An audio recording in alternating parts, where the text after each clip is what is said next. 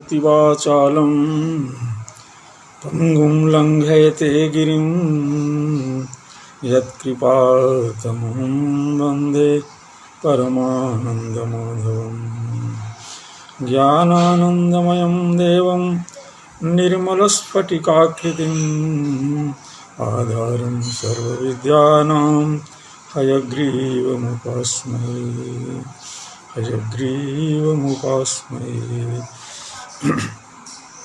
संस्कृतं भारतम इत्याख्ये आमुखपटले समवेतानां भवतां भवतीनां छात्राणां च स्वागतम् अभिनन्दनं च व्याहरन् अहमस्मि वेंकटेश शर्मा गयास्थे श्री स्वामी परांकुशाचार्य आदर्श संस्कृत महाविद्यालये व्याकरण प्राध्यापकः।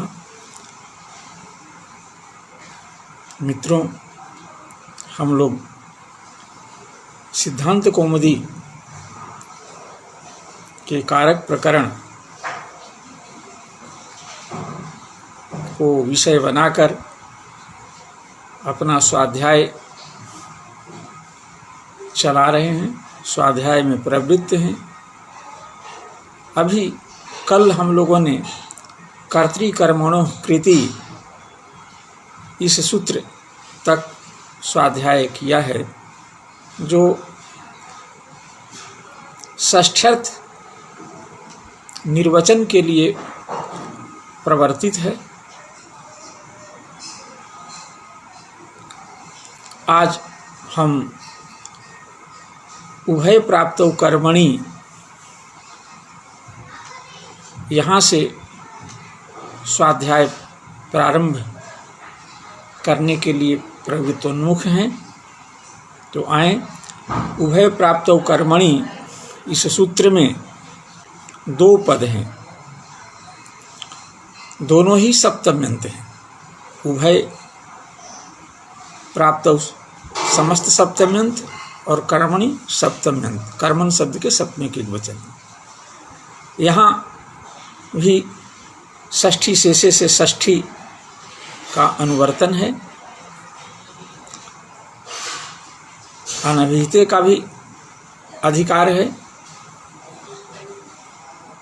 सूत्रार्थ तदनुसार सूत्रार्थ होगा तो उभय प्राप्तौ समस्त पद में की व्युत्पत्ति है उभयोः प्राप्ति ही, उभय प्राप्ति ही, तस्याम उभय प्राप्तौ। उभयोः पद से यहाँ कर्तृकर्मणोः कृति सूत्र में पठित अथवा उपादत्त कर्तरि और कर्मणि पद अभिप्रेत है, वही परामृष्ट है। इसलिए उभयोः से हम कर्ता और कर्म को लेंगे, अर्थात कर्ता और कर्म ये दोनों में जहाँ षष्ठी भक्ति प्राप्त है तो कर्म में ही षष्ठी भक्ति हो, कर्ता में न हो, यह विधान करने के लिए यह इस सूत्र का प्रवर्तन हुआ है। इस सूत्र को नियम सूत्र की श्रेणी में रखा गया है। क्यों?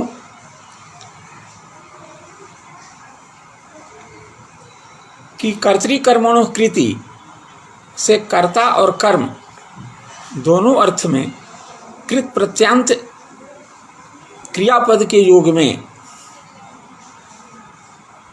कर्ता कर्म दोनों में ही षष्ठी भक्ति प्राप्त थी। इस सूत्र की कोई कर्म में भी षष्ठी भक्ति प्राप्त थी, कर्ता में तो प्राप्त है ही। तो कर्म में षष्ठी भक्ति विधान करने के लिए इस सूत्र की क्या आवश्यकता थी? सिद्धे सति आरभ्यमानो विधि नियमाय कल्पते। कर्म में भी इस सूत्र के द्वारा कर्म में षष्ठी भक्ति होगी। वह जिस कर्म में षष्ठी भक्ति का विधान इसके द्वारा होगा, उस कर्म में षष्ठी भक्ति का विधान कर्तृकर्मणोः कृति इस सूत्र से ही हो रहा था। फिर ये सिद्ध था। अब फिर भी इस सूत्र का आरंभ किया गया, इसका प्रवर्तन किया गया, तो ये नियमार्थ होगा। क्या नियम करेगा? अन्य निवृत्ति फला इसकी प्रवृत्ति होगी। ये कर्म में षष्ठी विभक्ति विधान में इसका तात्पर्य नहीं है, अभी तो कर्ता में षष्ठी विभक्ति न हो इसमें तात्पर्य है। अन्य निवृत्ति फलो ही नियमः ऐसा कहा गया है। तो ये चूंकि कर्ता में भी षष्ठी प्राप्त है, कर्म में भी षष्ठी प्राप्त है, फिर भी कर्म में विधान किया जा रहा है, तो कर्म में विधान हो ठीक है, लेकिन कर्ता की निवृत्ति में इसका तात्पर्य है। चलिए, तदनुसार सूत्र का अर्थ होगा कि उभयो हो, अर्थात कर्तृकर्मणो हो यस्मिन कृति प्राप्ति ही, जिस कृदंत प्रातिपदिक प्रकृतिक पद के जो संयोग में कर्ता और कर्म दोनों में षष्ठी विभक्ति प्राप्त है, वहाँ कर्मणेव षष्ठी स्यात्, कर्म में ही केवल षष्ठी विभक्ति हो, अर्थात एवं अन्य योग व्यवच्छेद परक है। तो कर्म से षष्ठी विभक्ति विधा का योग है और कर्ता से अयोग है, व्यवच्छेद है, अर्थात कर्ता में षष्ठी विभक्ति नहीं हो। तो आइए उदाहरण है, आश्चर्यो गवाम दोहो अगोपेन। आश्चर्यो गवाम दोह अगोपेन, यहाँ तीन दोह, दोहनम दोह, एक कृदंतीय क्रियापद है। दुह प्रपूर्णे धातु से भाव में घय प्रत्यय करके दोह सब बना है, दोह दोहनम। ये दोहनक क्रिया का कर्म कौन है? गो है, और उसका कर्ता कौन है? अगोप है। नगोप अगोप, गोप भिन्न ब्राह्मणादि। तो कर्ता और कर्म दोनों में कर्तृकर्मणो कृति से कृदंतिया क्रिया दोह क्रियापद दोह पद के योग में कर्ता में भी षष्ठी विभक्ति प्राप्त थी कर्तृकर्मणो कृति से, और कर्म गो में भी षष्ठी विभक्ति प्राप्त थी। तो अन्य योग व्यवच्छेद के आधार पर ये कर्म में षष्ठी विभक्ति का तो योग हुआ, गो में षष्ठी विभक्ति होगी, लेकिन कर्ता जो अगोप है उसमें षष्ठी विभक्ति का निवर्तन हो गया, उसमें षष्ठी विभक्ति नहीं होगी। तो ऐसे भी अनुक्त कर्ता है, भाव में प्रत्यय होने के कारण कर्ता अनुक्त है, षष्ठी विभक्ति कर्ता में होगी नहीं, तो कर्तृकर्णयों तृतीया से तृतीया विभक्ति उसमें होगी। तो अगोपेन, और कर्म में षष्ठी विभक्ति हो जाएगी, तो अगोपेन गवाम दोह इति आश्चर्य, ये आश्चर्य की बात है। तो यहाँ पर कर्म में षष्ठी विभक्ति होकर के गाह की जगह पर गवाम हुआ। आगे इसका प्रतिषेध वचन है, स्त्री प्रत्ययोर अक आकारयोर नायम नियमः। ये जो उभय प्राप्त कर्मणि जो नियम सूत्र है, इस नियम सूत्र की प्रवृत्ति यहाँ तो हुई, कहीं कहीं नहीं भी होती है। कहाँ नहीं होती है? वो प्रतिषेध वचन है, कहा कि स्त्री प्रत्ययो हो, स्त्र्यर्थक प्रत्यय, स्त्रियाम इक्तिन के अधिकार में होने वाले जो स्त्र्यर्थक प्रत्यय हैं, वो स्त्र्यर्थक प्रत्यय सबको नहीं लिया, दो को लिया, एक अक प्रत्यय और एक अप्रत्यय। अक प्रत्यय और अप्रत्यय, अक अकारयोः स्त्री प्रत्ययोः, अक और अकार रूपी जो स्त्री प्रत्यय तदंत जो कृदंत क्रियापद, उनके योग में कर्ता और कर्म में दोनों में षष्ठी विभक्ति, कर्ता और कर्म में षष्ठी विभक्ति की प्राप्ति रहने पर कर्म में षष्ठी विभक्ति का विधान हो और कर्ता में नहीं हो, कर्म में ही षष्ठी विभक्ति हो, कर्ता में नहीं हो, यह जो नियम है उभय प्राप्त कर्मणि सूत्र के द्वारा प्रवर्तित, उस नियम का यहाँ पर निषेध किया गया। नायम नियम, यह नियम इस परिस्थिति में नहीं लगता है। कहाँ नहीं लगेगा? तो अक और अरूपी जो स्त्री प्रत्यय, वो अक और अप्रत्यय, अक और अ स्त्री प्रत्यय से बने हुए जो कृदंत प्रातिपदिक तत्प्रकृतिक जो सुबंत अथवा क्रियापद, उनके योग में कर्ता और कर्म में से कर्म में ही षष्ठी भक्ति हो, कर्ता में षष्ठी भक्ति नहीं हो, यह नियम नहीं लगेगा। अर्थात कर्ता और कर्म दोनों में ही षष्ठी भक्ति होगी, कर्तृकर्मणो। जैसे भेदिका विभित्सा व रुद्रस्य जगतः, भेदिका विभित्सा व रुद्रस्य जगतः, ये एक ही साथ अक प्रत्यय और अप्रत्यय दोनों का उदाहरण दे दिया गया। हम लोग अलग अलग इसको समझें। भेदिका रुद्रस्य जगतः, विभित्सा रुद्रस्य जगतः, यहाँ रुद्र कर्ता हैं और कर्तृबोधक पद है, और जगत कर्मबोधक पद है, और भेदिका एक क्रियापद है। अक प्रत्यय के योग से बना हुआ जो कृदंत प्रातिपदिक, उसका प्रथमा के एक वचन में प्रयोग होकर के क्रियापद है भेदिका, भेदन क्रिया का वाचक पद है। तो यहाँ पर ये अक प्रत्यांत भिदिर विदारण्य धातु से ये धात्वर्थ का निर्देश करने के लिए णुल, धात्वर्थ निर्देश णुल, इस वार्तिक से णुल प्रत्यय करेंगे। णुल में णकार लकार की संज्ञा लोप, वु के स्थान में अक आदेश, लघु पद गुण, फिर इत टाप करेंगे, इत्तु करेंगे तो भेदिका बनेगा। तो रुद्रस्य जगतः भेदिका एक वाक्य है। तो अक प्रत्यांत, अक रूपी जो स्त्री प्रत्यय है, उसके योग में उभय प्राप्त कर्मणि, इससे प्रवृत्त जो नियम है वह नहीं यहाँ प्रवृत्त होता है, उसकी प्रवृत्ति यहाँ नहीं होती है, उसका यह उदाहरण है। तो यहाँ रुद्र है कर्ता और जगत है कर्म। तो उभय प्राप्त कर्मणि की प्रवृत्ति होती तो केवल कर्म में प्रत्यय षष्ठी भक्ति होती, द्वितीया को बाध करके षष्ठी भक्ति होती, कर्ता में षष्ठी भक्ति नहीं होती। अनुक्त कर्ता है, इसमें तृतीया विभक्ति होती। तो रुद्रेण जगतः भेदिका ऐसा प्रयोग हो सकता था, लेकिन इस नियम की प्रवृत्ति इस वार्तिक के, इस प्रतिषेध वार्तिक से नहीं होने के कारण दोनों जगह षष्ठी भक्ति हो जाएगी, कर्ता में भी षष्ठी भक्ति हो जाएगी और कर्म में भी षष्ठी भक्ति हो जाएगी। एतावता रुद्रस्य जगतः भेदिका यह प्रयोग बनेगा। इसी तरह से अप्रत्यय एक होता है, अप्रत्ययात पाणिनि का सूत्र है, प्रत्यांतात् धातो हो। स्त्रियाम के अधिकार में प्रत्यांत धातु से अप्रत्यय होता है। तो सनासन ये धातु है, भिद धातु है, ऐसे भिद धातु से हम भेतुम इच्छा विभित्सा, भेतुम इच्छति, इस विग्रह में भिद धातु से सन प्रत्यय करेंगे तो, और फिर द्वित्वादि करके प्रक्रिया को पूर्ण करके विभित्स धातु बनेगा।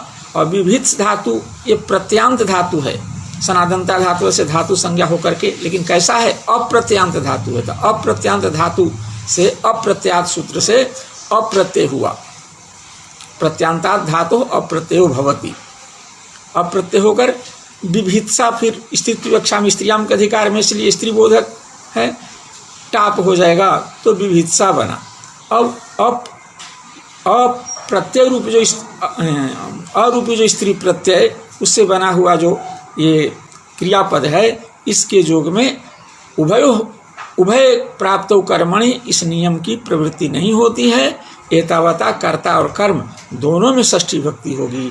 तो कर्म है जगतः, कर्ता है रुद्र, तो रुद्र में षष्ठी भक्ति होगी। तो रुद्रस्य, और ऐसे जगत द्वितीया के एक वचन में जगत होता, तो रुद्रस्य रुद्रेण जगत विभित्सा, माने रुद्र कर्तृक जगत कर्मकम भेदनेच्छा, ऐसा साधु अर्थ होता। रुद्र कर्तृक जगत कर्मक भेदनेच्छा, ऐसा होता। अब षष्ठी भक्ति दोनों में ही हो जाएगी, तो होगा रुद्रस्य जगतः विभित्सा। आगे एक और वार्तिक है इसी सूत्र पर, वह है शेषे विभाषा। शेषे विभाषा, शेष क्या है भाई? शेष पदार्थ उक्ताद अन्य शेषः, उक्ताद अन्य शेषः। तो उक्त क्या है? अक प्रत्यय और अप्रत्यय। स्त्रियाम, इसी वार्तिक के ऊपर यह वार्तिक है, इसी वार्तिक से संबंध रखने वाला यह वार्तिक है। स्त्री प्रत्यय और अकारयोर नायम नियमः, उस पर यह कहते हैं नहीं शेषे विभाषा। ये नियम जो है अक और अप्रत्यय से भिन्न जो स्त्री प्रत्यय हैं, तदंत कृदंत के योग में कर्ता और कर्म में विकल्प से षष्ठी भक्ति, इस नियम की विकल्प से प्रवृत्ति होती है। नित्य प्रवृत्ति विकल्प से इसकी प्रवृत्ति होती है। कौन? स्त्री प्रत्योर अककारयोर नायम निषेधा, नायम नियम, ये विकल्प से नियम लगेगा। विकल्प से नियम लगेगा तो लग भी सकता है, नहीं भी लगेगा। जब लगेगा तो कर्ता कर्म दोनों में षष्ठी भक्ति हो जाएगी। यह वार्तिक प्रतिषेध वार्तिक की जब प्रवृत्ति होगी, और विकल्प से जब इस वार्तिक की प्रवृत्ति होगी तो इस उभयो प्राप्तो कर्मणि जब प्रवृत्ति होगी तब तो कर्ता कर्म दोनों में षष्ठी भक्ति हो जाएगी। नहीं प्रवृत्ति होगी तो फिर केवल कर्म में उभय प्राप्तो कर्मणि ये सूत्र की प्रवृत्ति हो जाएगी, नियम सूत्र की, और वो कर्ता में षष्ठी भक्ति का निषेध हो जाएगा। उससे कर्म में ही केवल षष्ठी भक्ति होगी। ये है। आगे एक और वार्तिक है स्त्री प्रत्यय इत्येके।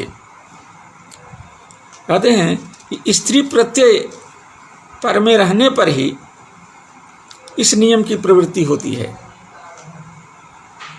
इस नियम की प्रवृत्ति स्त्री प्रत्यय के पर में रहने पर होती है। इन सब का उदाहरण है विचित्रा जगतः कृतिर्हरे है हरिणावा। तो यहाँ पर हरि यह की जो हरि की कृति रूपी जो यह जगत है, वह माने हरि की जगत रूपी कृति विचित्र है। हरि का जो जगत रूपी और वह जो उसकी जो कृति, उसकी उत्पत्ति वह विचित्र ही है।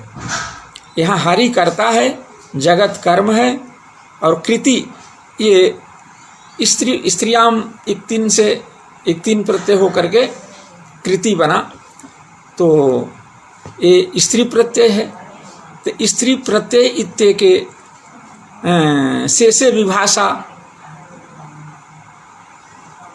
जो अक और अप्रत्यय से भिन्न प्रत्यय जो हैं शेष पदार्थ, उन प्रत्ययों के योग में विकल्प से यह निषेध स्त्री प्रत्यय और अककारयोर ये नियम लगेगा। तो जब लगेगा तो फिर षष्ठी भक्ति होगी कर्ता में और कर्म में दोनों में। जब इस नियम सूत्र की प्रवृत्ति होगी तो ये प्रतिषेध वार्तिक की प्रवृत्ति होगी तो दोनों जगह षष्ठी भक्ति उभय प्राप्त कर्मणि की प्रवृत्ति नहीं होगी, नियम सूत्र की प्रवृत्ति नहीं होगी। दोनों जगह कर्तृकर्मणों कृति से षष्ठी भक्ति कर्ता और कर्म में हो जाएगी। लेकिन यह नियम की प्रवृत्ति, यह प्रतिषेध की प्रवृत्ति विकल्प से होती है। जब प्रवृत्ति नहीं होगी तो फिर ये कर्तृक उभय प्राप्तो कर्मणि नियम सूत्र लग जाएगा, कर्ता में षष्ठी भक्ति का निषेध कर देगा, तो वहाँ तृतीया भक्ति हो जाएगी। तो हरिणा जगतः कृति विचित्रा यह। और जब षष्ठी भक्ति होगी तो हरे जगतः कृति विचित्रा, हरे जगतः विचित्रा कृति, ऐसा होगा। तो ये स्त्री प्रत्यय इत्य के और ये शेषे विभाषा, ये दोनों वार्तिकों के परिणाम स्वरूप ये ऐसा प्रयोग होता है। लेकिन केचिद अविशेषेण विभाषाम इच्छन्ति, ये जो विभाषा है इसमें स्त्री प्रत्यय और तद्भिन्न प्रत्यय अथवा अक और अप्रत्यय, ये कोई विशेषण इसमें उनको पसंद नहीं है, मान्य नहीं है। क्यों? कि प्रयोग देखा जाता है ऐसा ही कि अक और अ प्रत्यय जहाँ नहीं है, जहाँ स्त्री प्रत्यय नहीं है, इन सभी जगहों पर उभय प्राप्तो कर्मणि सूत्र का निषेध देखा जा रहा है, दोनों ही जगह पर। इसलिए केचित अविशेषेण विभाषाम इच्छन्ति, ये शेष विभाषा सूत्र की प्रवृत्ति अर्थात स्त्री प्रत्ययो अककारयोर नायम निषेध है, यह जो प्रतिषेध है वो इसकी प्रवृत्ति विकल्प से होती है ना। उसमें कुछ लोगों का कहना है कि स्त्री प्रत्यय में ही वो प्रवृत्ति होती है विशेष विभाषा की, लेकिन ये कहते हैं कि नहीं, ये सब जगह स्त्री प्रत्यय और अस्त्री प्रत्यय ऐसी कोई व्यवस्था नहीं है।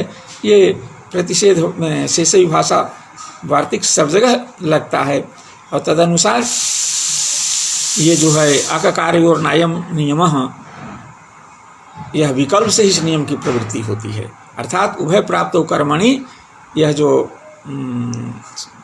नियम सूत्र है इसकी प्रवृत्ति इसका बाद विकल्प से होता है। तो जब बाद नहीं होगा तब तो षष्ठी विभक्ति हो जाएगी, और जब बाद होगा तब तो तृतीया विभक्ति होगी।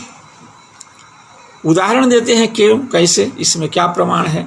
तो कहते हैं शब्दानाम अनुशासनम आचार्येण आचार्यस्य वा, ऐसा भाष्य प्रयोग है। ये कहीं भाष्य में इस तरह का प्रयोग आया है कि शब्दानाम अनुशासनम, अनुशासनम अनु उपसर्ग पूर्वक सास अनुशिष्टौ धातु से लुट अन करके अनुशासन शब्द बना।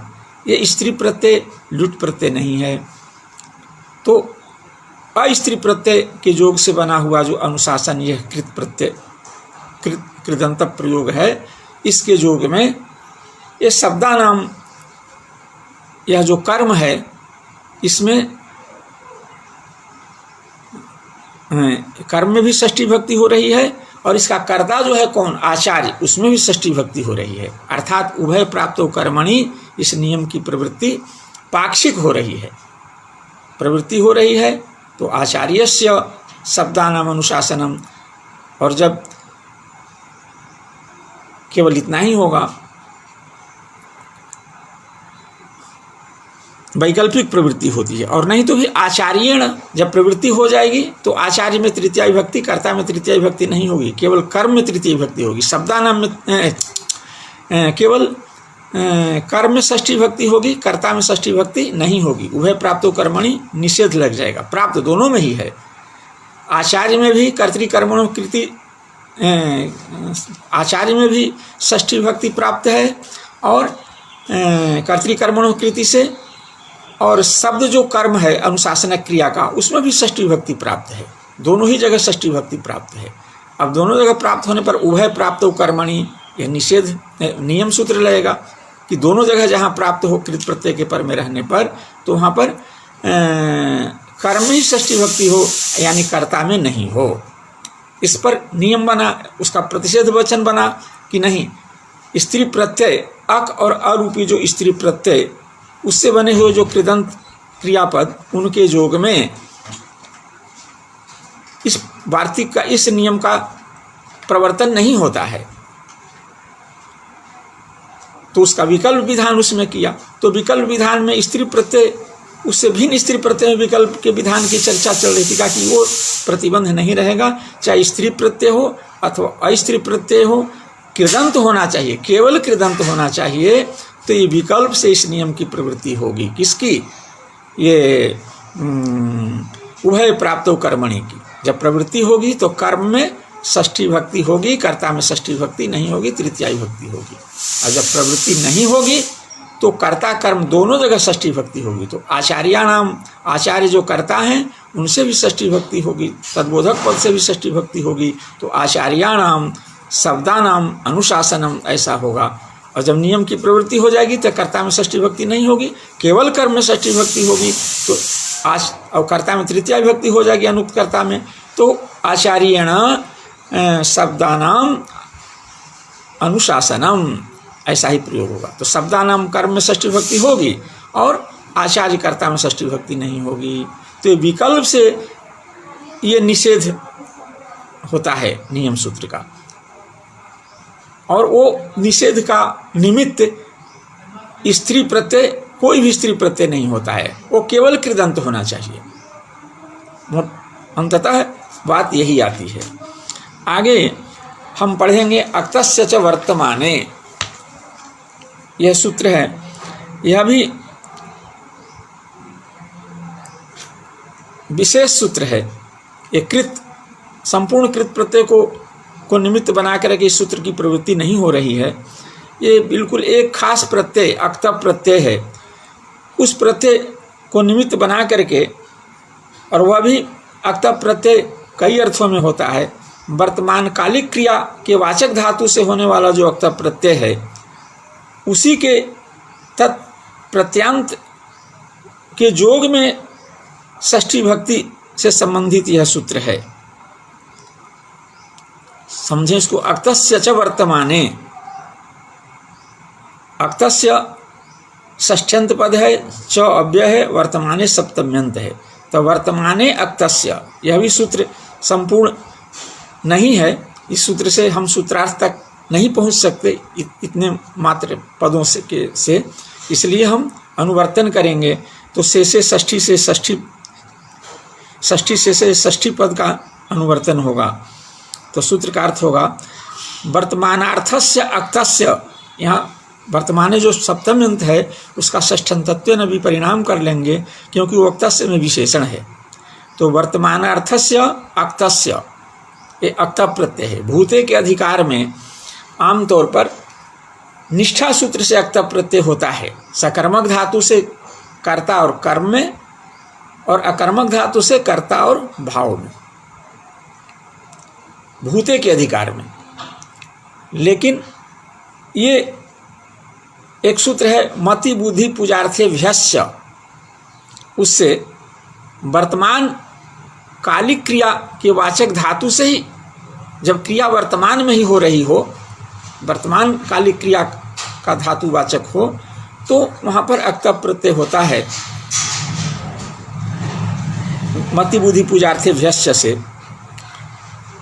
वो वर्तमानार्थक अक्तः प्रत्यय हुआ।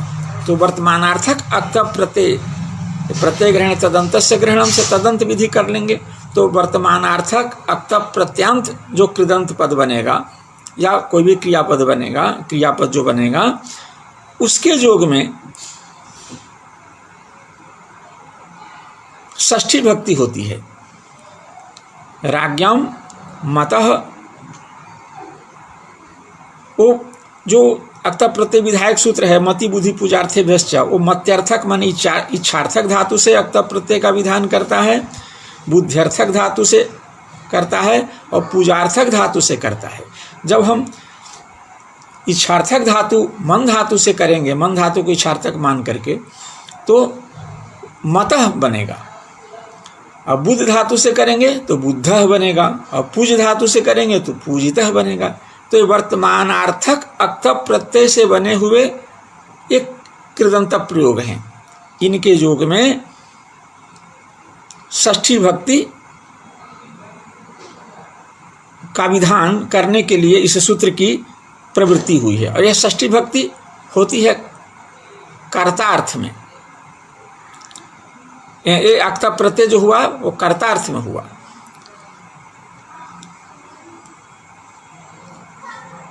तो अब कर्ता यहाँ है राजा, राजन, इसमें कर्ता उक्त है तो प्रातिपदिकार्थ मात्र में प्रथमा विभक्ति प्राप्त थी। यहाँ पर उसमें षष्ठी भक्ति का विधान कर दिया। तो राजन शब्द राज्ञाम मतः, राज्ञाम बुद्धः, राज्ञाम पूजितः,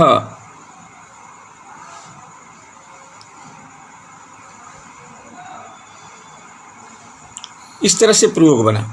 आगे हैं अधिकरण वाचिनश्च। हाँ, आगे लिखते हैं न लोकाव्यय निष्ठा इति निषेधस्यायम अपवादः। अब कहते हैं कि इससे अक्तस्य च वर्तमाने, जब ये षष्ठी भक्ति विधानार्थ प्रवृत्त होगा तो न लोकाव्यय निष्ठा, आगे सूत्र आने वाला है तो लोक शब्द वहाँ पढ़ा गया है, ल उ उक, ये 3 प्रत्ययों के लिए लोक शब्द है। अब आगे न लोका अव्यय है, फिर निष्ठा भी है, माने निष्ठा प्रत्यय प्रकृतिक यदि कृदंत हो तो उसके योग में षष्ठी विभक्ति नहीं होती है, षष्ठी विभक्ति का वो निषेध कर देता है। तो यहाँ पर भी तो अक्ता प्रत्यय निष्ठा प्रत्यय के योग से बना हुआ एक कृदंत पद है, मतः, पूजितः, बुद्धः, तो इसके योग में न लोकाव्यय निष्ठा से निषेध हो जाना चाहिए। ठीक है, उस पर कहते हैं कि न लोकाव्यय निष्ठा इति निषेधस्य अयम अपवादः, उसका यह अपवाद है। अपवाद होने से न लोकाव्यय निष्ठा से जो प्राप्त निषेध था उसको बाध करके और षष्ठी विभक्ति का विधान हो जाएगा, तो षष्ठी हो जाएगी राजन से, तो राज्ञाम होगा। तो राज्ञाम मतः, राज्ञाम बुद्धः, राज्ञाम पूजितः, ऐसा होगा। आगे है अधिकरणवाचिनस्य, अक्तस्य का यहाँ अनुवर्तन होता है। षष्ठी पद का, षष्ठी से षष्ठी पद का अनभिहिते का अधिकार है, तो अधिकरण वाचिनः, अधिकरण का वाचक वाचिनः और अक्तस्य जो आया है, अक्तस्य च वर्तमाने से, उसी में अधिकरण वाचिनश्च विशेषण है। तो अधिकरण वाचिनः अक्तस्य योगे षष्ठी अनभिहिते, अनभिहिते, अनभिहित जो अधिकरण, अनभिहित, अनभिहिते,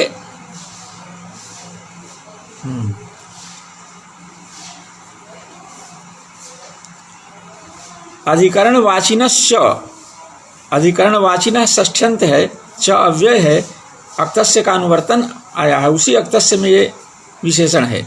तो अधिकरण वाचिनः अक्तस्य योगे षष्ठी विभक्तिर भवति, ये सूत्र का अर्थ होगा। उदाहरण है इदम, इदम एसाम आसितम, इदम एसाम आसितम। तो अनभिहिते का जो अधिकार है, अनभिहिते का अन्वय होगा कर्ता में, कर्ता में अधिकरण का अन्वय होगा। तो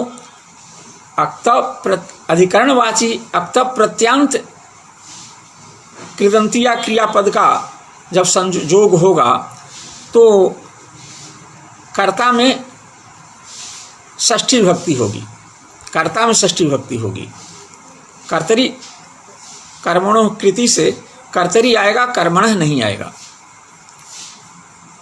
कर्तरी कर्मणों कृति से कर्तृपद केवल है, माने कर्ता में षष्ठी विभक्ति होगी, कर्म में।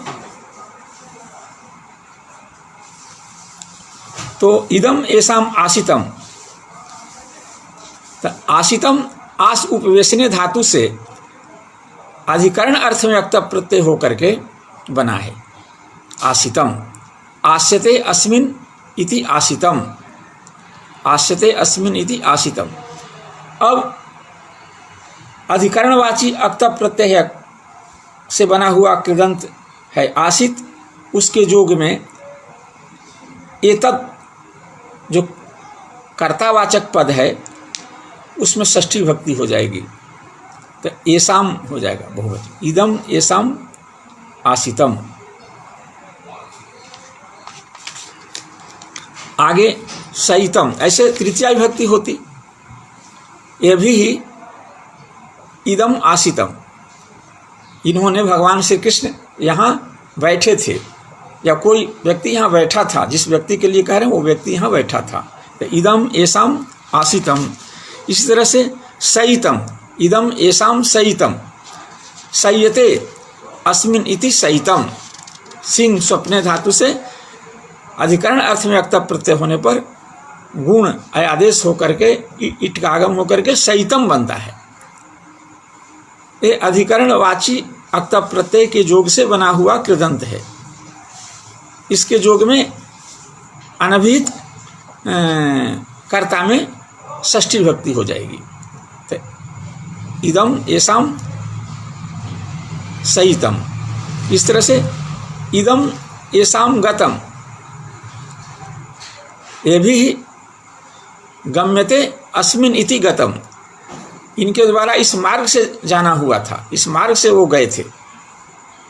तो इसमें अधिकरण अर्थ में गतम मार्गम, तो यहाँ पर अधिकरण अर्थ में गम धातु से अक्त प्रत्यय होकर गतम बना और कर्ता अनुक्त हो गया। अनुक्त कर्ता में तृतीया विभक्ति होनी थी, लेकिन अक्तस्य अधिकरण वाचिनश्च से कर्ता में षष्ठी विभक्ति हो गई। अनुक्त कर्ता में कर्ता अनुक्त था ही भाव में प्रत्यय होने से, अधिकरण में प्रत्यय होने से, इसलिए षष्ठी विभक्ति होकर के येषाम बना। ये भी येषाम इदम गतम, येषाम इदम भुक्तम, भुज्यते अस्मिन, भुक्तम यानी पात्रम, उन लोगों ने इस पात्र में खाया था। तो जिस पात्र में खाया था वो पात्र का नाम है भुक्तम। जिस मार्ग में गए थे उस मार्ग का नाम है गतम। जिस आसन पर, जिस सैया पर बैठे थे उस सैया का नाम है असितम, सहितम। जिस आसन पर बैठे थे उस आसन को आसितम कहा जाए, अधिकरण अर्थ में है सब। तो ये अधिकरण वाचक वाची जो अक्त प्रत्यांत कृदंत तदर्थ के साथ जोग रहने पर अनुक्त कर्ता में षष्ठी विभक्ति होती है। आगे निषेध सूत्र है, न लोकाव्यय निष्ठा खलथत्रीनाम। तो न ये निषेधार्थक अव्यय है और लोकाव्यय निष्ठा खलथत्रीनाम इतना बड़ा एक समस्त षष्ठ्यंत पद है और से षष्ठी से षष्ठी का अनुवर्तन है, प्रयोगे पद का अध्याहार हो जाएगा। तो येषाम से इन प्रत्ययों को, इस सूत्र में जो प्रत्यय वाचक जो शब्द हैं उन शब्दों के योग से बना हुआ जो समस्त पद है, उन्हीं प्रत्ययों का, उन समस्त पद में जिन जिन प्रत्ययों का निर्देश हुआ है उसके लिए येषाम पद का यहाँ प्रयोग हुआ। माने येषाम प्रत्यानाम, माने येषाम माने येषाम प्रत्यानाम प्रयोगे षष्ठी न स्यात्, षष्ठी विभक्ति नहीं होती है। अब इसको हम पढ़ें तो ये लकार के स्थान में होने वाले प्रत्ययों के लिए ल शब्द का यहाँ प्रयोग हुआ है और उ और उक ये दो प्रत्यय होते हैं, उ और उक, और उ और उक दोनों का सवर्ण दीर्घ कर देंगे, लश्च उश्च उकश्च, इस तरह से करेंगे तो पूरा का समास जब होगा तो उ और उ दोनों संधि हो जाए, होकर के दीर्घ उ हो जाएगा। फिर ल के साथ उसको गुण कर देंगे तो लोक बना। अब यहाँ लोक शब्द लकार, ल माने लकार स्थानिक प्रत्यय यानी प्रत्ययादेश रूपी लकार, और उ और उक साथ साथ अव्यय, निष्ठा प्रत्यय, खलर्थक प्रत्यय और तीन प्रत्यय, इन प्रत्ययों से बने हुए कृदंत के योग में कर्ता और कर्म में षष्ठी विभक्ति नहीं होती है। उभय प्राप्त कर्तृकर्मणों कृति से कर्तृकर्मणों को भी लाएंगे, निषेधार्थक न है ही तो षष्ठी विभक्ति नहीं होती है, ये सूत्र का अर्थ होगा। अब लकार के स्थान में आदेश जो प्रत्यय होते हैं उन आदेशभूत प्रत्ययों के योग से बना हुआ जो कृदंत है उसके योग में कर्ता और कर्म में षष्ठी विभक्ति नहीं होती है। इसका उदाहरण देने के लिए लादेश ऐसा कहते हैं। लादेश, ये उदाहरण की सूचना दे रहे हैं। लादेश माने लकार के स्थान में आदिष्ट जो प्रत्यय हैं उनसे बने हुए जो कृदंत पद हैं उनके योग में षष्ठी विभक्ति नहीं होती है, इसका उदाहरण दे रहे हैं। कुर्वन् कुर्वाणो वा सृष्टिम हरिः। अब क्री धातु डु क्रिय करणे उत्पत्ति अनुकूल व्यापारार्थक धातु है, उससे वर्तमाने लट से कर्तार्थ में लट लकार लाएंगे। कर्तार्थ में लट लकार, लट के स्थान में लट सत्री सानचावा प्रथमा समानाधिकरण से सत्री प्रत्यय भी होता है और सानज प्रत्यय भी होता है। जब सत्री प्रत्यय होगा तो सत्री में इत संज्ञा लोप करके अत बचता है, सानज करेंगे तो उसमें आन बचता है। फिर क्री को संस्कार करके कुर्वन बनाएंगे, कुर्वाण बनाएंगे। तो कुर्वन कुर्वाण ये दो कृदंत पद बनेंगे, क्रियापद, लेकिन इनका कारक की तरह प्रयोग होता है। हाँ, क्रियापद, लेकिन कारक की तरह इनका प्रयोग होता है, कारक पदों की तरह। तो हरि सृष्टिम कुर्वन्, हरि सृष्टिम कुरुते, कुरुते इति कुर्वन्, कुरुते इति कुर्वाणः, करोति इति कुर्वाणः, ये है। तो ये क्रियापद ही है मुख्यतः। तो ये लकार के स्थान में जो प्रत्यय हैं उनके जोग से बना हुआ जो कृदंत पद है, उस कृदंत पद के साथ जोग रहने पर कर्ता और कर्म में षष्ठी विभक्ति नहीं होती है। तो न तो यहाँ कर्ता में षष्ठी विभक्ति हुई, हरि में षष्ठी विभक्ति हुई, और न ही कर्म में षष्ठी विभक्ति हुई। तो अनुक्त कर्म में कर्मणि द्वितीया से द्वितीया विभक्ति हो गई, और कर्ता उक्त है, फिर उक्त कर्ता के लिए कोई अलग से कोई विभक्ति का विधान है नहीं, तो फिर प्रातिपदिकार्थ मात्र में प्रथमा विभक्ति हो गई हरि प्रातिपदिक से। तो हरि ही सृष्टिम कुर्वन्, हरि ही सृष्टिम कुर्वाणः, ऐसा हुआ। अब ल उ उक ऐसा निर्देश है संधि करके, तो उ प्रत्यय का उदाहरण देते हैं। निर्विभक्तिक निर्देश है, विभक्ति रहित निर्देश है उ, माने उ का उदाहरण देते हैं। कौन? हरि हरिम दिदृक्षु, हरिम दिदृक्षु। अब द्रष्टुम इच्छति, इस विग्रह में दृश्य धातु से सन प्रत्यय करके, संयंगों से द्वित्वादि करके संस्कार करके दिदृक्ष शब्द बना। उसकी सनादंता धातु से धातु संज्ञा हो गई दिदृक्ष धातु, और दृक्ष धातु से सना संस भिक्ष उह से उ प्रत्यय हुआ, तो दिदृक्षु बना, दिदृक्षु।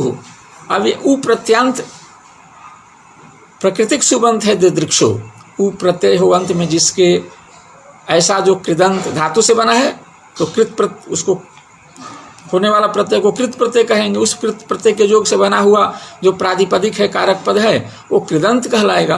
तत्प्रकृति सुबंत है दिदृक्षु। अब दिदृक्षु के साथ यदि कर्ता और कर्म का यदि संबंध है तो वहाँ षष्ठी विभक्ति नहीं होगी।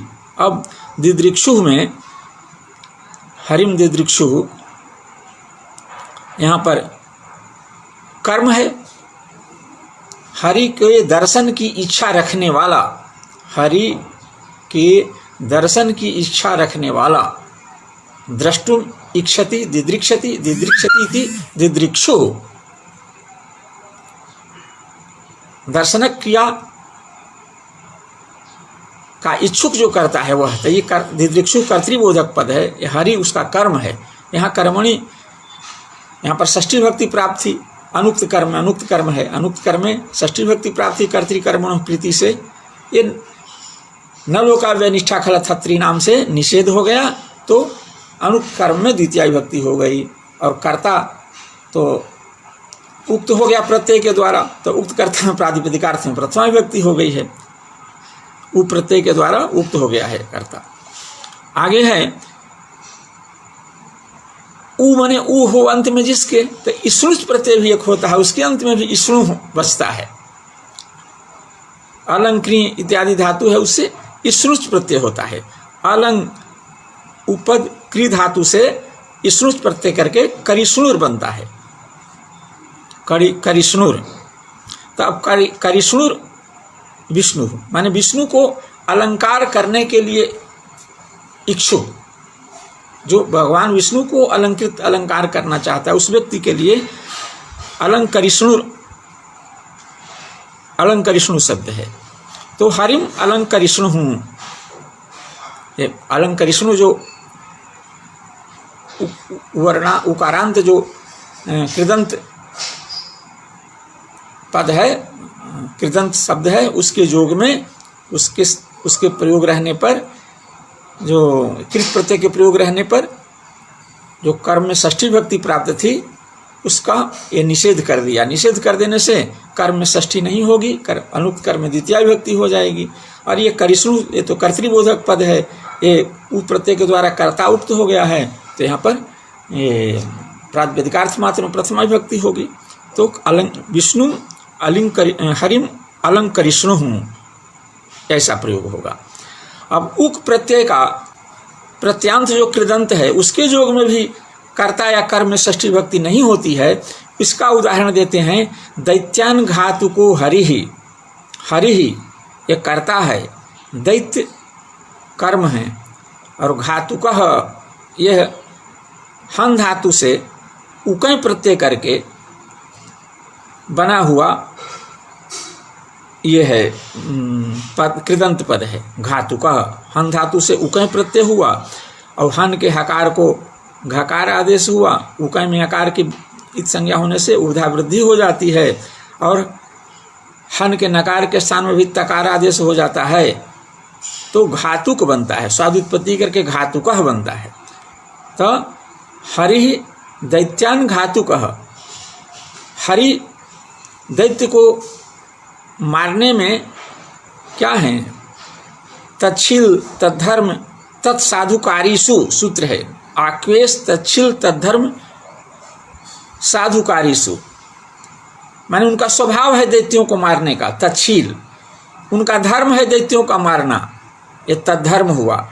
और तत्साधुकारी, दैत्यों को मारने में वो प्रवीण हैं, साधुकारी हैं, अच्छी तरह से मारना वो जानते हैं दैत्यों को। तो ये तीन अर्थों में धातु से कर्ता अर्थ में ये उकय प्रत्यय होता है।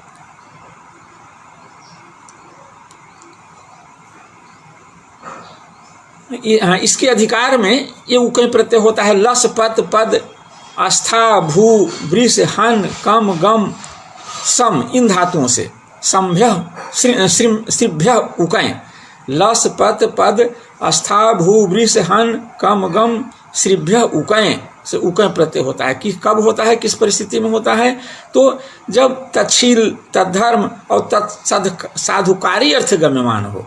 तो यहाँ साधुकारी अर्थ गम्यमान है, तद्धर्म अर्थ गम्यमान है, तच्छील अर्थ गम्यमान है, क्योंकि हरि जो हैं दैत्यों को मारने में साधुकारिता उनको उपलब्ध है, प्राप्त है, स्वाभाविक नैसर्गिक रूप से दैत्य हनन की साधुकारिता उनमें है, तद्धर्मिता भी उनमें है, वो अपना धर्म भी समझते हैं दैत्यों का हनन, और साथ साथ उनका शील भी है, स्वभाव भी है, अन्यों के लिए बड़े दयालु हैं, दैत्यों के लिए मारना उनका स्वभाव है। तो इस अर्थ में धातु का प्रयोग बना है, ये उकय प्रत्यय के योग से बना हुआ है। तो उकय प्रत्यय के योग से बना हुआ कृदंत के योग में कर्ता और कर्म में कर्तृकर्मणों कृति से जो प्राप्त है षष्ठी भक्ति, उस षष्ठी भक्ति का निषेध हो जाता है, षष्ठी भक्ति नहीं होती है। तो कर्म में करता है यहाँ हरि, हरि में भी षष्ठी भक्ति प्राप्त थी, और कर्म है दैत्य, दैत्यान, इसमें भी षष्ठी भक्ति प्राप्त थी। तो न हरि में षष्ठी भक्ति हुई, न कर्ता में षष्ठी भक्ति हुई, कर्तृबोधक पद से प्रातिपदिक से षष्ठी भक्ति हुई, और नहीं कर्मबोधक प्रातिपदिक से षष्ठी भक्ति हुई। क्या हुआ, कर्म में अनुक्त कर्म में द्वितीय विभक्ति हो गई, और कर्ता तो प्रत्यय के द्वारा उकय प्रत्यय के द्वारा उक्त हो गया है, तो प्रातिपदिक अर्थ में प्रथमा विभक्ति हो गई। तो हरि ही दैत्यान घातुकः ये प्रयोग बना। अब कमेर अनिषेध, कमेर अनिषेध, कम धातु से भी आक्वेश तच्छील तद्धर्म तत्साधुकारी अर्थ में, तच्छील अर्थ में गम्यमान हो, तद्धर्म अर्थ गम्यमान हो, और तत्साधुकारी अर्थ गम्यमान हो, तो उकय प्रत्यय होता है कम धातु से भी। सूत्र है लस पत पद अस्था भू वृष हन कम गम श्रिभ्य उकय, उकय प्रत्यय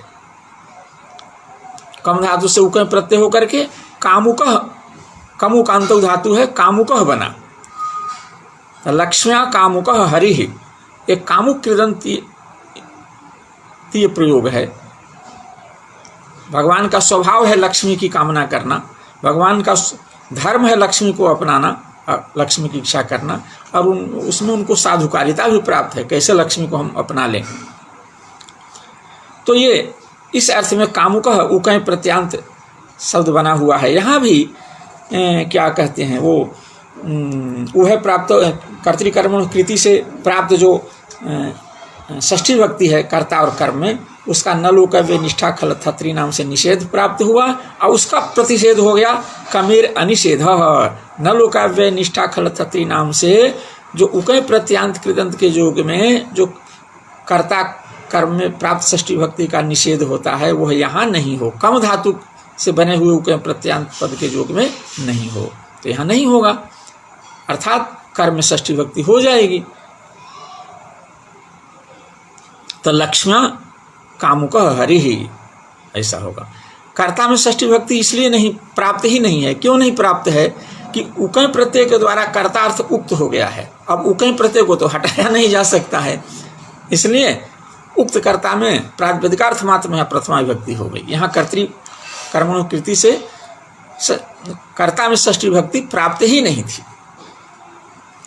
आगे है अव्ययम। अव्ययम पद पढ़ा गया है, दोनों तरफ धातु से होने वाले जो प्रत्यय हैं, धातु के अधिकार में होने वाले जो प्रत्यय हैं, दो तरह के प्रत्यय होते हैं, एक तिंग प्रत्यय है, एक कृत प्रत्यय है। तो तिंग भिन्न जो कृत प्रत्यय हैं वो पढ़े गए हैं। अव्यय बीच में पढ़ा गया है, इधर भी तिंग भिन्न कृत प्रत्यय धातु के अधिकार में होने वाले कृत प्रत्ययों का पाठ है, ग्रहण है, और इधर भी ग्रहण है, बाएं दाहिने दोनों तरफ ग्रहण है। इसलिए अव्यय जो व्यापक अर्थ रखता है अपने क्षेत्र में, वो व्यापक अव्यय की बात यहाँ नहीं होगी। अब यहाँ कृत प्रत्यय के योग से बने हुए शब्द जिनकी अव्यय संज्ञा है, वही अव्यय यहाँ अव्यय पद से गृहीत होंगे। अव्यय के योग में भी कर्ता कर्म में प्राप्त जो षष्ठी भक्ति है उसका निषेध होता है, लेकिन कौन से अव्यय? अव्यय का एक व्यापक क्षेत्र है, सारे अव्यय नहीं, अपितु चूंकि कृत प्रत्यय के साथ अव्यय पद पढ़ा गया है, तो कृत प्रत्यय में जो धर्मिता है उसी धर्म के आधार पर इनका ग्रहण होगा। यानी वो सब कृत प्रत्यांत सब हैं, तो यह भी कृत प्रत्यांत अव्यय लिया जाएगा। ऐसा अव्यय का उदाहरण देते हैं, जगत सृष्ट्वा सुखम कर्तुम, ये उदाहरण है अव्यय का। अव्यय के योग में भी षष्ठी भक्ति नहीं होती है। तो जगत सृष्ट्वा ये उदाहरण है। हरि जगत सृष्ट्वा आस्ते, कोई क्रियापद जोड़ लें, क्योंकि क्रिया एक दो क्रिया होनी चाहिए ना, समान कर्तृक का योग होना चाहिए। समान कर्तृक जब दो क्रिया हों तो उसमें पूर्वकालिक क्रिया के वाचक धातु से अक्त प्रत्यय होता है। तो दो क्रिया यहाँ दर्शाना है। तो हरि ही सृष्टिम जगत सृष्ट्वा आस्ते, हरि जगत सृष्ट्वा आस्ते, हरि करता है। यहाँ दो क्रियाएं हैं, सृजनक क्रिया और आसनक क्रिया। इसमें पूर्वकालिक क्रिया कौन है? हरि कब इत्मीनान होकर के बैठते हैं? जब संसार की रचना कर लेते हैं तब बैठते हैं। दो क्रिया करे तो बाद में वो बैठते हैं, पहले सृष्टि करते हैं, सृष्टि करके और फिर उसी सृष्टि में बैठ जाते हैं व्याप्त होकर के। कुछ ऐसा सूत्र भी है ब्रह्मसूत्र कि जगत की सृष्टि करके और उसी में भगवान निविष्ट हो जाते हैं, व्याप्त हो जाते हैं। तो वो पहले सृजन करते हैं, बाद में उसमें वो आसन करते हैं, बैठते हैं। दो क्रियाओं के कर्ता एक ही हैं। तो पूर्वकालिक क्रिया जो सृजनक क्रिया का वाचक धातु है, उससे सृज धातु, उससे अक्त्वा प्रत्यय करके सृष्ट्वा रूप बना, सृष्ट्वा। अब सृष्ट्वा के अक्त्वा त्वसुन कसुनों से ये अव्यय संज्ञा इसकी हो जाती है। तो ये अव्यय है, लेकिन कैसा अव्यय है? कृदंत कृत प्रत्यय के योग से बना हुआ अव्यय है, क्योंकि कृत प्रत्ययों के बीच में पढ़ा गया, इसलिए वही अव्यय लिया जाएगा। तो हरि ही जगत सृष्ट्वा, ऐसा होगा। अब फिर एक दूसरा अव्यय का भी उदाहरण ले सकते हैं, सुखम कर्तुम, सुखम कर्तुम आस्ते, हरि ही जगत सृष्ट्वा सुखम कर्तुम आस्ते। एक और उदाहरण ले लीजिए, ये क्या है? ये तुमुन प्रत्यय होता है। तुमुन प्रत्यय तुमुन क्रियायाम क्रियार्थायाम, क्रियार्थायाम क्रियायाम तुमुनुड़ुलौ। क्रियार्था क्रिया के योग में धातु से क्रियार्था क्रिया उपद में हो तो जो दूसरी क्रियावाचक जो दूसरी क्रिया का वाचक जो धातु है उससे तुमुन प्रत्यय होता है। जैसे उसी का उदाहरण है, सुखम कर्तुम जगत सृष्ट्वा सुखम कर्तुम आस्ते। तो आस्ते ये क्रिया है, किमर्थम? तो सुखम कर्तुम, तो क्रियार्था क्रिया उपद में है, आस न क्रिया उसके, तो वो जो दूसरी क्रिया है उसके वाचक धातु से तुमुन प्रत्यय होकर के कर्तुम बना, इसकी भी अव्यय संज्ञा हो जाती है।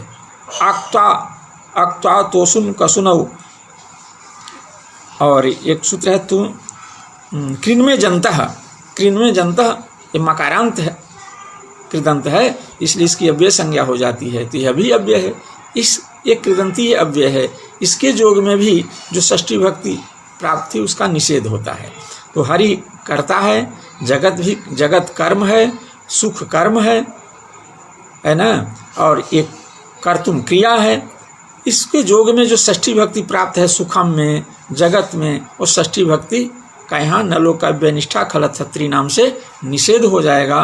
तो फिर कर्म है तो कर्म द्वितीय विभक्ति होगी। हरि कर्ता है, कर्ता पद का तो यहाँ निर्देश भी नहीं है, फिर भी जोड़कर पढ़ना है, तो हरि में भी प्रथमा विभक्ति होगी, यहाँ द्वितीय विभक्ति होगी। षष्ठी भक्ति न कर्तृबोधक पद से प्रातिपदिक से होगी और न ही कर्म बोधक प्रातिपदिक से होगी। अनुक्त कर्म में द्वितीय विभक्ति कर्म हो जाएगी और प्रातिपदिकार्थ में प्रथमा विभक्ति कर्तृबोधक पद प्रातिपदिक से होगी। अब निष्ठा प्रत्यय का उदाहरण देते हैं। भूते के अधिकार में निष्ठा सूत्र से अक्ता तौतु निष्ठा, अक्ता और अक्तौतु प्रत्यय की निष्ठा संज्ञा होती है, और निष्ठा पद से अक्ता तौतु का विधान होता है सूत्र से, इसलिए निष्ठा कहने से अक्ता तौतु दोनों ही लिए जाते हैं। दोनों का उदाहरण देखिए यहाँ पर। तो निष्ठा प्रत्यय के जोग में भी प्राप्त जो कर्ता या कर्म में षष्ठी भक्ति है वह भी निषिद्ध है, वह भी नहीं होती, षष्ठी भक्ति नहीं होती है। जैसे विष्णुना हताह दैत्यः, हन धातु से भूते के अधिकार में भूतकालिक क्रिया का वाचक यदि हन धातु है तो उससे कर्म में अक्त प्रत्यय होता है, कर्म में अक्त प्रत्यय होता है। कर्म है यहाँ दैत्य, हनन क्रिया का कर्म है दैत्य, वो दैत्य बहुवचन में प्रयुक्त है। तो हतः भी हन धातु से हतः जो बना वो बहुवचन में, हतः दैत्यः, दोनों उक्त कर्म में प्रथमा विभक्ति प्रातिपदिकार्थ में। कर्म अर्थ का बोध कराने के लिए द्वितीय लाने की जरूरत नहीं है, चूँकि प्रत्यय के द्वारा ही कर्म अर्थ उक्त हो गया, इसलिए प्रातिपदिकार्थ मात्र में प्रथमा विभक्ति हो जाएगी। और कर्ता अनुक्त हो गया तो अनुकर्ता में कर्तृकर्म तृतीया से तृतीया विभक्ति। अब वो तृतीया कर्ता और कर्म दोनों में कर्तृकर्म कृति से कृत प्रत्यय के जोग में षष्ठी भक्ति प्राप्त थी, उस षष्ठी भक्ति का इससे निषेध हो गया। तो कर्म में प्रथमा विभक्ति और अनुकर्ता में तृतीया विभक्ति हो गई।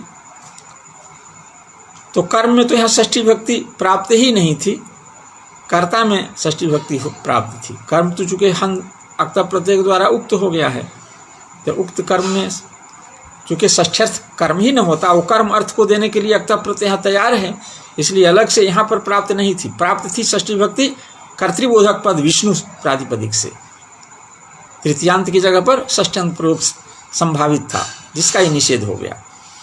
आगे दैत्यान हतवान विष्णु, जब हम अक्तौतु प्रत्यय करेंगे हन धातु से, वो कर्तार्थ में होगा अक्तौतु प्रत्यय। अक्ता प्रत्यय कर्म अथवा सकर्मक धातु से कर्म या कर्मक धातु से भाव में, तो यहाँ पर अक्तौतु प्रत्यय कर्तार्थ में होगा। हरि अथवा विष्णु दैत्यान हतवान, हन धातु से अक्तौतु प्रत्यय करके हतवान बना, विष्णु दैत्यान हतवान। अब यहाँ पर कृदंत के जोग, कृदंत प्रातिपदिक प्राकृतिक पद के जोग में यहाँ पर ये षष्ठी भक्ति कर्ता और कर्म दोनों में ही प्राप्त थी कर्तृकर्म कृति से। न लोकाव्य निष्ठा से ये निष्ठा प्रत्यय के जोग में उसका निषेध हो जाएगा, तो न कर्ता में षष्ठी भक्ति होगी न कर्म में षष्ठी भक्ति होगी यहाँ पर। तो यहाँ पर भी कर्ता में षष्ठी भक्ति प्राप्त नहीं थी, केवल कर्म में प्राप्त थी। जो कर्ता अक्तौतु प्रत्यय के द्वारा उक्त हो चुका है,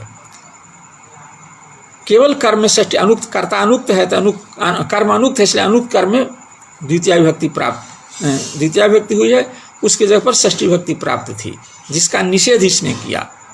कर्ता में षष्ठी भक्ति नहीं प्राप्त थी यहाँ पर। खलर्थः, खलर्थक प्रत्यय है, ईसा दुसु सुख कृच्छा कृच्छार्थे सुखल प्रत्यय होता है, और उसी अर्थ खल प्रत्यय का जो अर्थ है उसी अर्थ वाले कुछ और प्रत्यय हैं जो सबके लिए खलर्थक प्रत्यय का निर्देश है। यहाँ पर खल प्रत्यय का जो अर्थ है उसी अर्थ वाले जो प्रत्यय हैं उन सभी के लिए खलर्थ शब्द का प्रयोग है यहाँ पर। तो खलर्थः माने खलर्थक प्रत्यय का उदाहरण देते हैं। ईषत्करः प्रपंचः हरिणा, ईषत्करः प्रपंचः हरिणा, ये खलर्थक प्रत्यय का उदाहरण दिया जा रहा है। जैसे ईषत्पानः सोमो भवता उदाहरण है, ईषत्पानः सोमो भवता।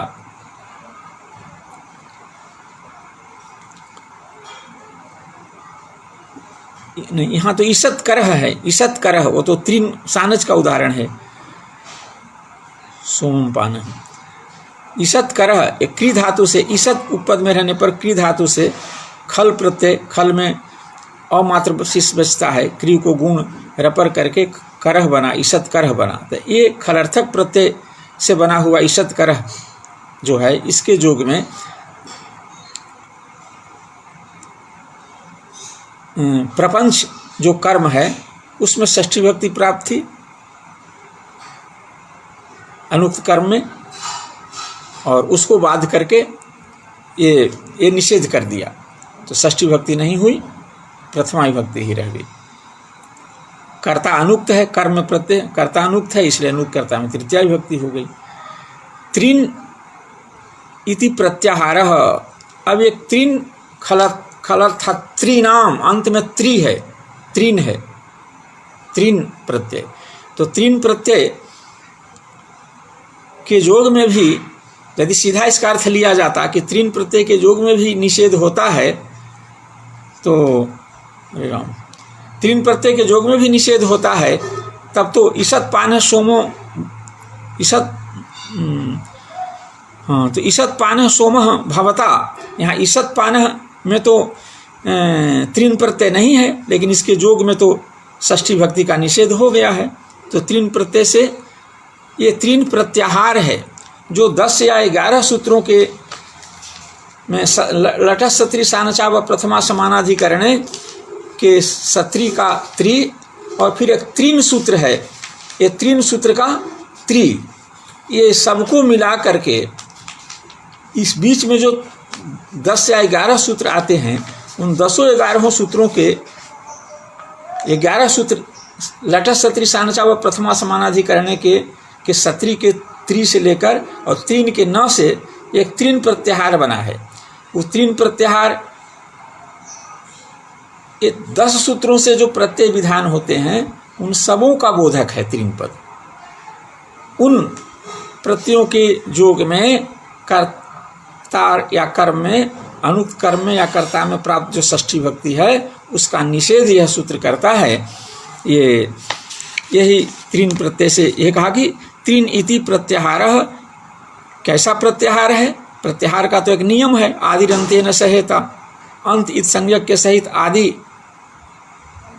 ये 2 अवयव हैं, अंत्यावयव आदि अवयव, उन दोनों अवयवों से एक मध्यवर्ती और का आक्षेप होता है, उसमें आदि अवयव भी रहता है, सत्री भी रहेगा और उस बीच में और जो प्रत्यय हैं वो भी रहेंगे। इतने प्रत्ययों का बोधक ये त्रीन प्रत्यय होगा। तो कहाँ से कहाँ तक ये है? तो कहते हैं कि सत्री लटः सत्री सानचा व प्रथमा समानाधिकरणे के त्रि से लेकर और त्रीन सूत्र के नकार तक ये त्रीन प्रत्यय बना है। ये पहली अवधि है सत्री सानचा का त्रि, और अंतिम उत्तर अवधि है त्रीन प्रत्यय का नकार। इन दोनों अवधियों के से ये त्रीन प्रत्याहार बना है, तीन के नकार तक। इन प्रत्ययों के जोग में प्रत्यांत प्रत्यय बने हुए जो कृदंत पद है उनके जोग में षष्ठी विभक्ति नहीं होती है। ये निषेध का विधान इससे होता है। अभी और इसमें बहुत अवशेष है, समय हम लोगों का पूरा हो गया है, तो हम यहीं अपनी वाणी को विराम देते हैं। आपके सहयोग के लिए आपको के प्रति आभार, आपका अभिनंदन व्यक्त करते हुए मैं अपनी वाणी को यहीं विराम देता हूं और कल पुनः इन्हीं विषयों को लेकर आप लोगों के बीच उपस्थित होऊंगा। धन्यवाद।